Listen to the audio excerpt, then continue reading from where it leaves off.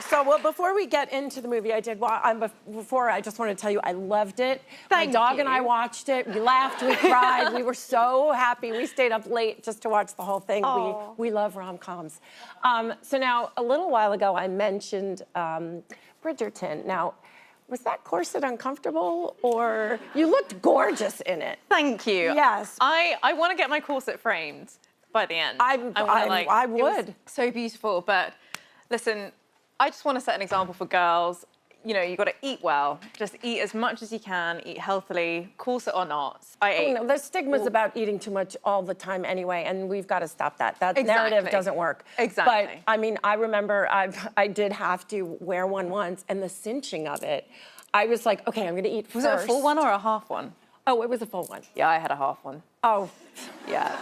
You're a child. But there's so many things that go wrong and that are uncomfortable with wearing certain things. And I knew once I was trying to I just did not feel very well the day that I ate. Like? What was yours? I love where I'm wearing my corset every morning. You wore it even when you weren't filming, right? I'm wearing it right now. Oh, God, perfect.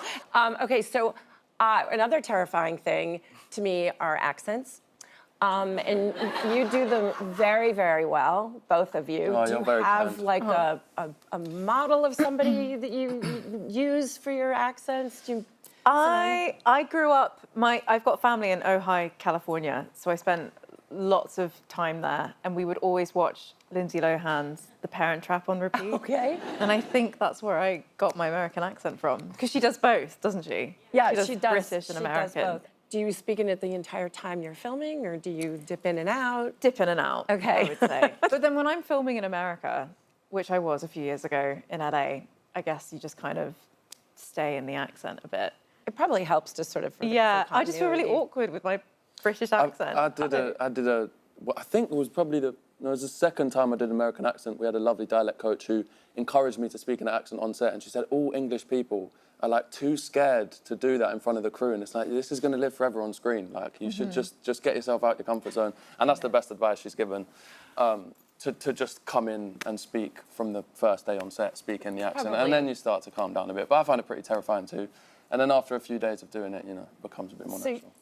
Well, luckily we got to hear you speak beautifully and naturally in the movie. Can you tell us what it's about and how it came to you? Sure.